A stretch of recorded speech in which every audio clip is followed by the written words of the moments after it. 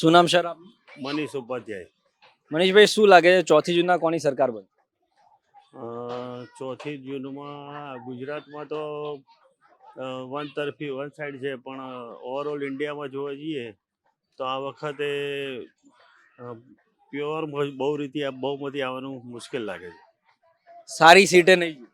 ના, જેટલી જે લાસ્ટ ટાઈમ હતી એટલી નહીં મળે. શું કારણ હોઈ શકે એમ? કારણ તો ઘણા બધા છે.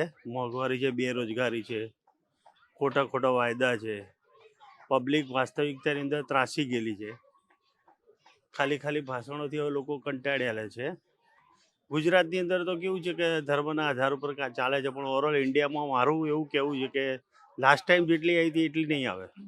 હમણાં ઉત્તરાખંડનો એક ઇન્ટરવ્યુ જોયો, એમાં તો એવું કીધું છે કે અમે તો મોદીને જ લાવીશું. યુપીના ઇન્ટરવ્યુમાં એવું જોયું છે કે અમે મોદીને લાવીશું. એ બાબતે તમે શું કહો? હા, એ તો ઇન્ટરવ્યૂમાં તો કોઈ ગમે તે કહી શકે. એમાં ઇન્ટરવ્યૂમાં તો વાસ્તવિકતા વાતાવરણ રોડ ઉપર આપણે જે પબ્લિકના મોઢે સાંભળીએ છીએ એના આધારે હું તમને કહું. આ વખતે તો એમનું કહેવું એમ છે કે આ વખતે પીઓકે બી આપણે અંદર સામેલ કરવાનું છે. હા, પણ કરો ને, પીઓકે કરો, બધું કરો. આપણે ક્યાં પબ્લિક છે. કોમન સિવિલ કોડ વિશે.